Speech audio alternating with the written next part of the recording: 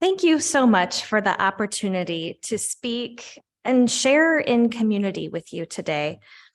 In my home congregation, Brownsburg Inclusive Catholic Community, we practice shared homilies, or in this context, a shared sermon, which basically means that I'll offer a reflection, and then our community chimes in with their own insights and maybe questions on the topic.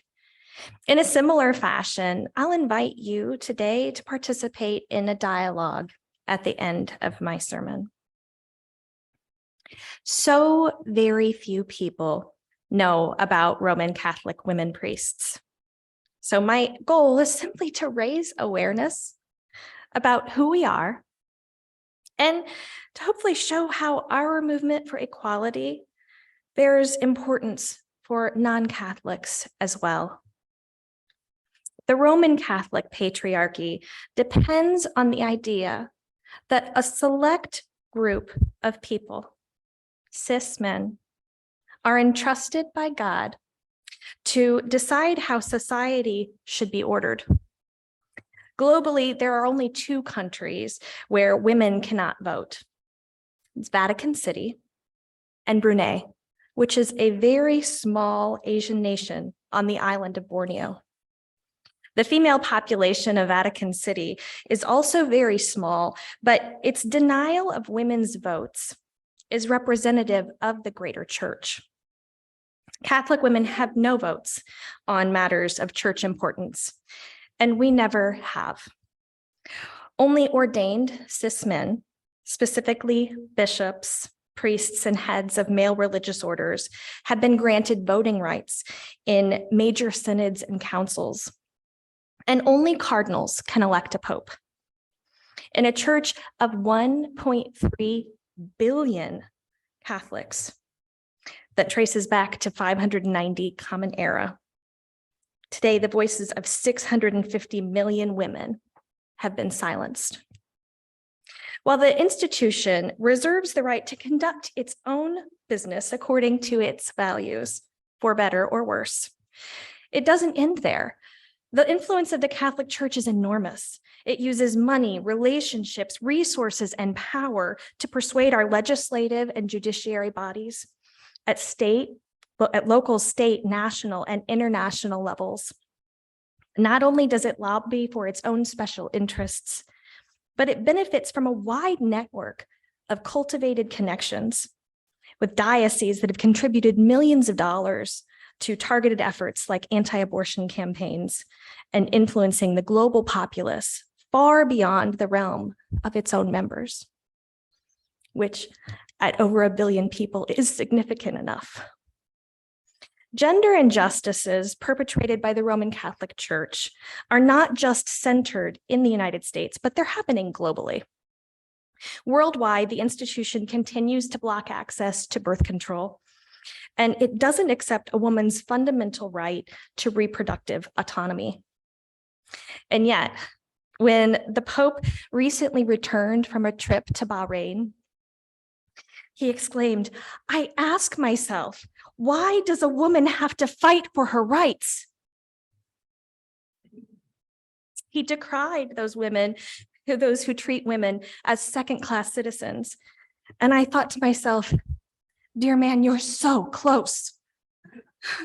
Look in the mirror and keep asking those questions. So why does Roman Catholicism persist in discriminating against women in ministry when most major Christian denominations have advanced to commonly ordain us? Theologically, some cling to Pope John Paul II's declaration of gender complementarity. This suggests that women are complementary to men, equal in dignity, but different in how we're expected to be in the world. We had a similar policy in the United States for 60 years. We called it separate but equal. Biblically, the church's stance against women's ordination is based on the interpretation that Jesus only had male apostles, and therefore he intended a male-only priesthood. This is problematic on many levels, not to mention it fully ignores Mary Magdalene, who Jesus entrusts the first message of his resurrection, and who becomes the apostle to the apostles. And traditionally, the Roman Catholic Church insists that it's simply not part of our tradition, and it is beyond the scope of today's men to change what God has established through the existing church structures. This ignores a history of women deacons and priestesses in the early church that have been quite well documented in a book by Gary Macy called The Hidden History of Women's Ordination. It also denies the basics of human evolution and that change is often necessary for the common good. So patriarchy is the rule of the religion. What claim do Roman Catholic women priests really have to the tradition? To answer that question, I think it's really helpful to differentiate between the Roman Catholic institution, which represents its governing structures, and the church, which Roman Catholics since the Second Vatican Council of the 1960s have understood to be the people of God who together make up the body of Christ. That is, the institution dictates the ecclesial norms that are governed top down.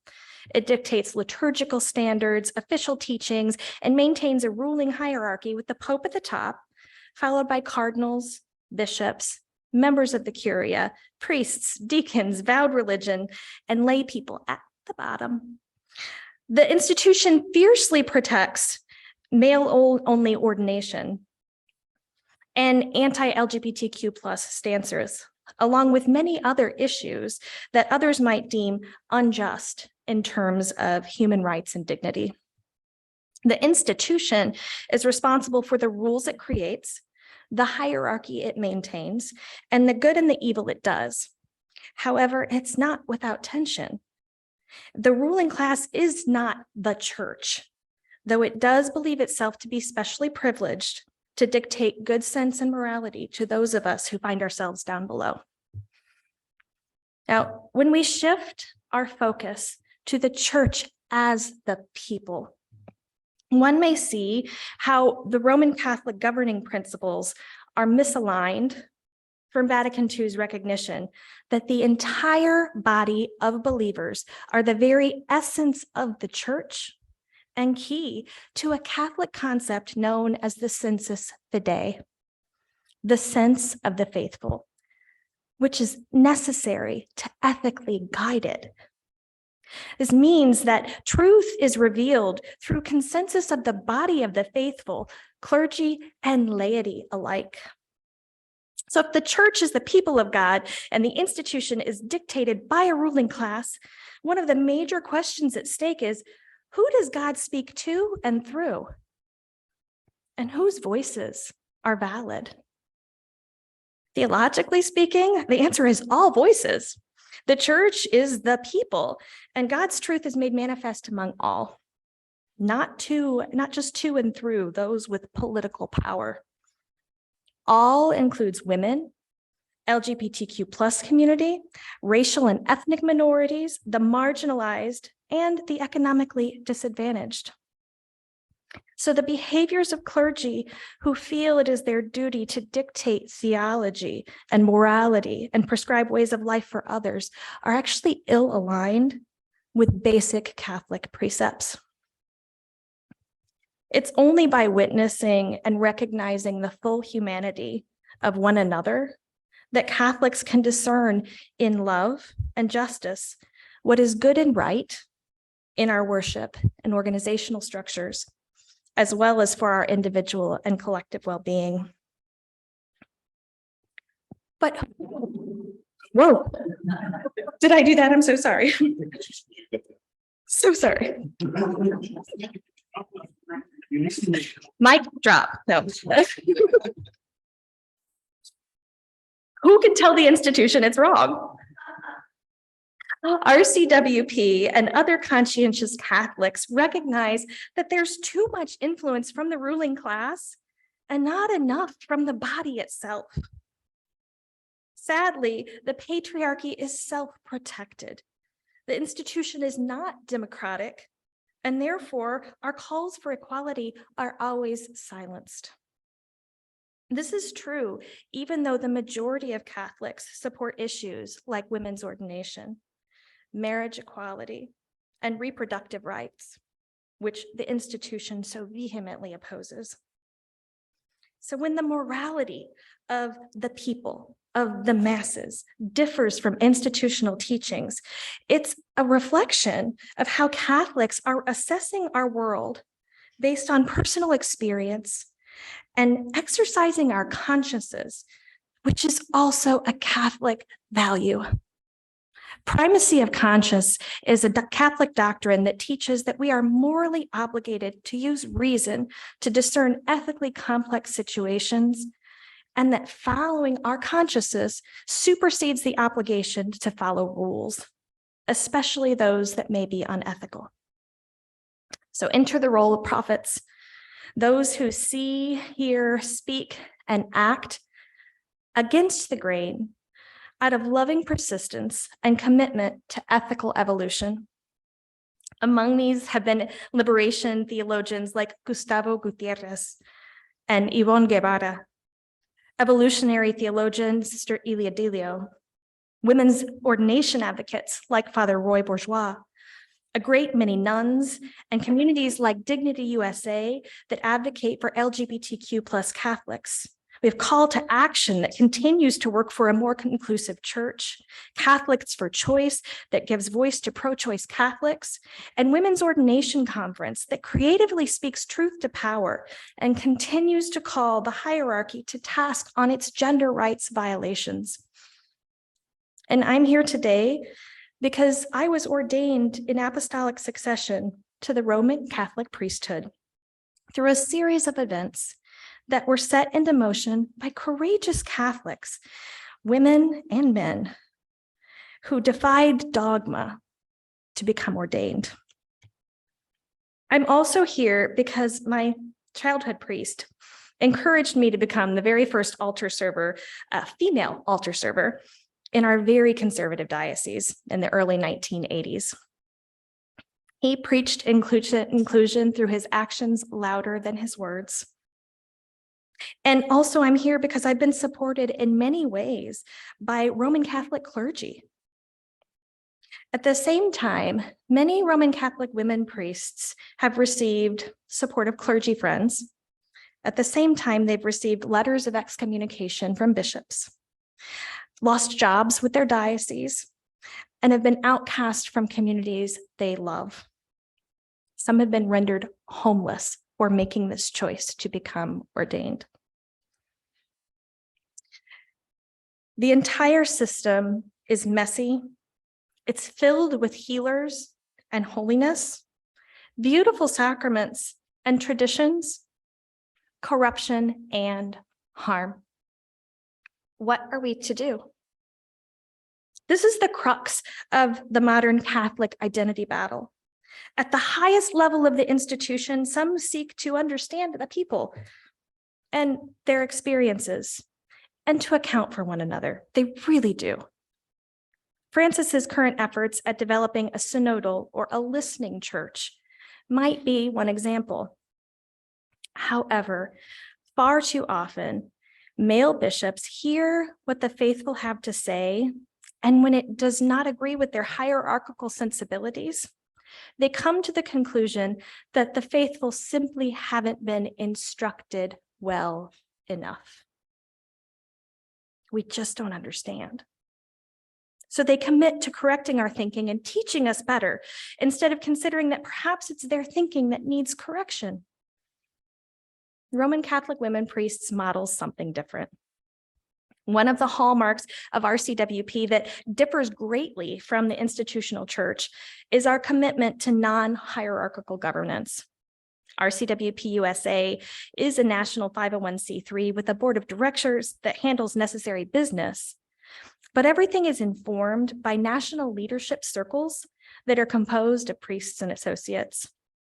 We do not quite have Quakerly processes for business, but we do value discernment over simple votes.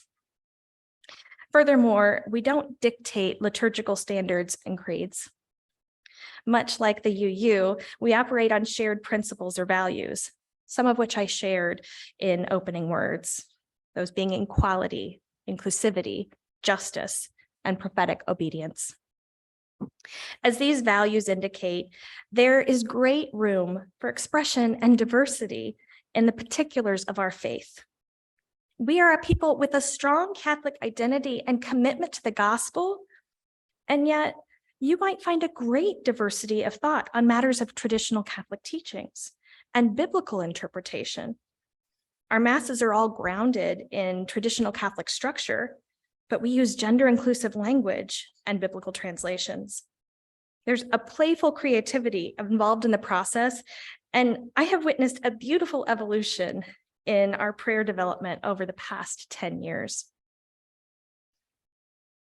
It's hard to say what the future will bring for Roman Catholic women priests and the Catholic Church at large.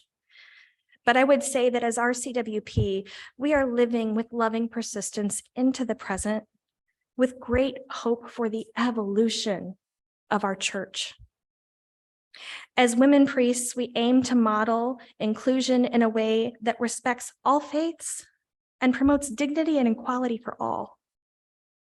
And we'll grow in strength and influence by the help of our interfaith friends, because relationships and solidarity matter, especially on matters of human equality and dignity. So while some may think we're starting a new religion, I would say we're just doing our part to simply evolve as Catholics. We are being the change we want to see in our world, living into our callings and modeling inclusivity and equality.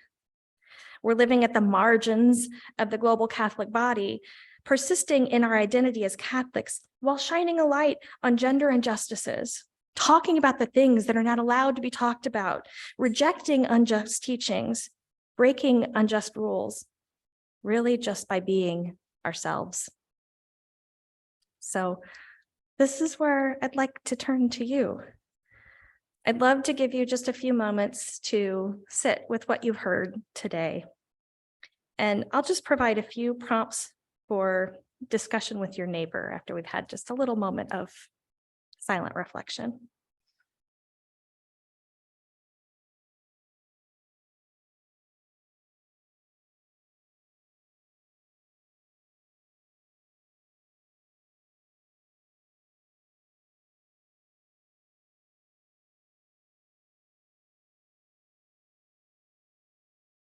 When you're ready, I'd like you to just turn to your neighbor and either share whatever's come up for you in listening to what I've shared today, or perhaps talk about one of these questions. Now, based on what you heard, what do you think prophetic obedience means? What is its value? That could be for, in my context, as Roman Catholic women priests, or in the world at large, because we all face systems and structures that sometimes resist what needs to happen for the good of people. And maybe what's the importance of standing in your own truth, especially when others tell you you're wrong for it. So I'm going to sit aside for a moment if you just want to talk to your neighbor.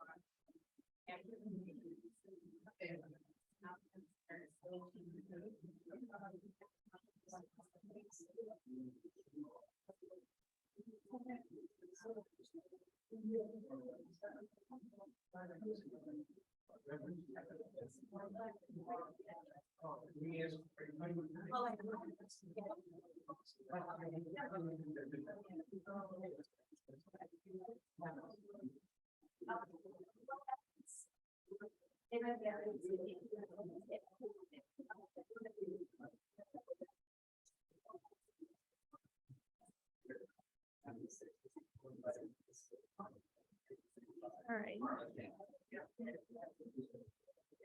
I'd like for us to be able to bring some of your thoughts and questions forward. So if you want to finish your thought in your circle, then we'll talk together. Who wants to be? Yeah, if anyone has a thought or reflection that you'd like to share with the whole group, please do. Yeah, thank you. Thanks, Chris. Does anyone have something they'd like to share? Yes, Mary Ellen. Well, in our small group, the immediate thing that we said we all wondered is why, if there are so many of you who believe as you do, Yeah. why are you trying to change this Catholic Church rather than creating your own with new ideas and values? It's a really excellent question. And I think it's kind of difficult to answer for all people. Catholicism for a lot of us feels like it's our parents, it's our grandparents, it's how we were brought up, the structure of the liturgies. It kind of, for some of us, and it's not all people, it lives as part of our being. And the other piece of it is, I really don't personally want to start a new church. If nothing else, I want to stand opposite the church that has created harm toward me and say, no, you don't get to dictate my being and my belonging. And they can say and do what they want, but I can still stand and say, and I can be a model for other girls and because that's another thing that lacks. Sometimes unless you see something, you can't even imagine it could exist. And one of the things I have loved since becoming a priest is having teenagers and girls in Catholic schools go, oh my God, this is so cool. I never thought I could do, it never even occurred to me. And that starts people thinking, well, what about all these things I'm just accepting? I mean, sometimes we need something to like talk about and push against. Yeah. What's that? Hey, Dick.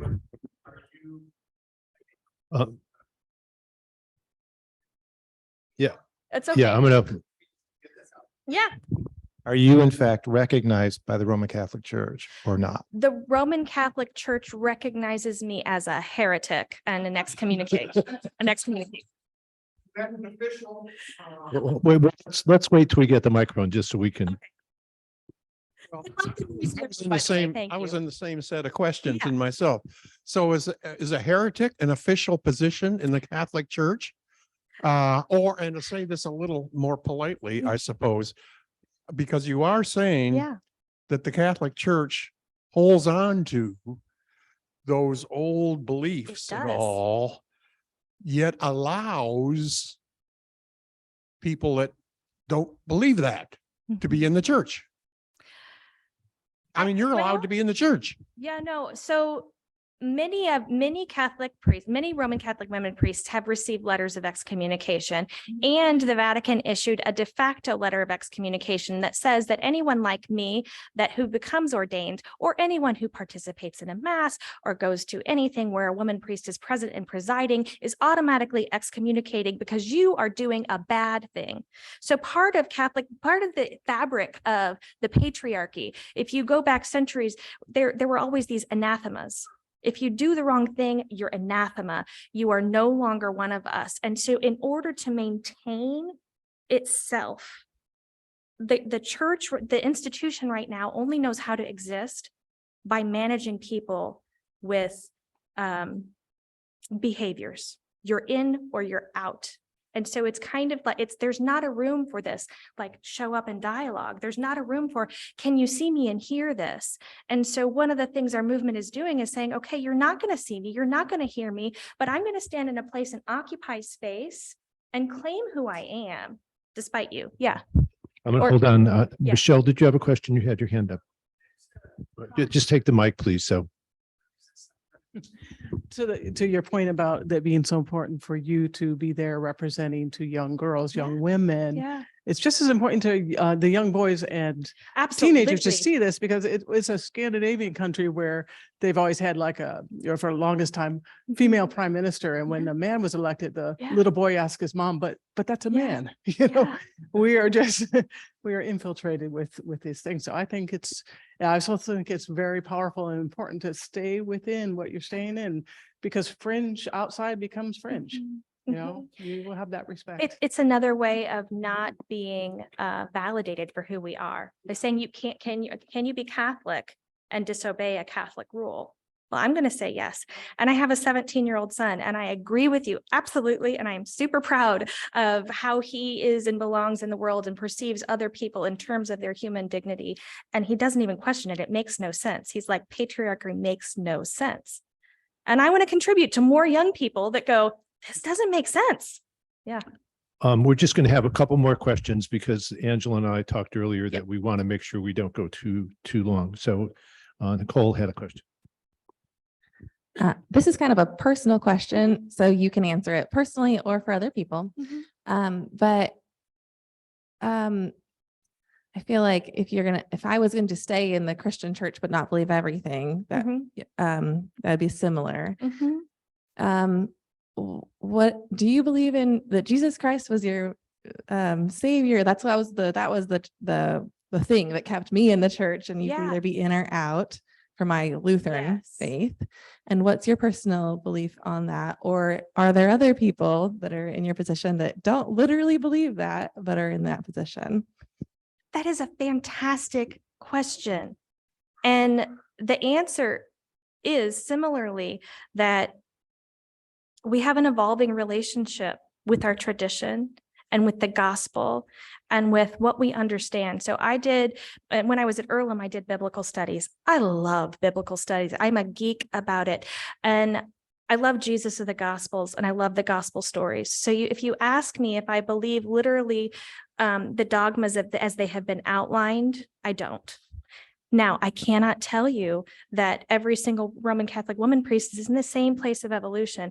But the point is that we're allowed to be in a space of questioning and evolution. We're allowed to grow as humans, and that is what we're fighting for, that it doesn't have to be this rigid dogma to be valid. Are there any other? There's space for all. Thank you. Anyone else have a question, particularly someone who hasn't spoken yet? Anyone else have a question or a comment? Yeah, Amy. And I'm planning to stick around a little bit afterwards. So if we can't talk about everything, I love your energy, and I'm happy to chat afterwards too. I just wish everybody in this congregation knew me when I was 4, because when I was 4 and went to a Polish Catholic church, I thought, this is BS. Why can't I be a priest? And so I was at my house. All right. Thank you all. Thank you very much. Thank you very much.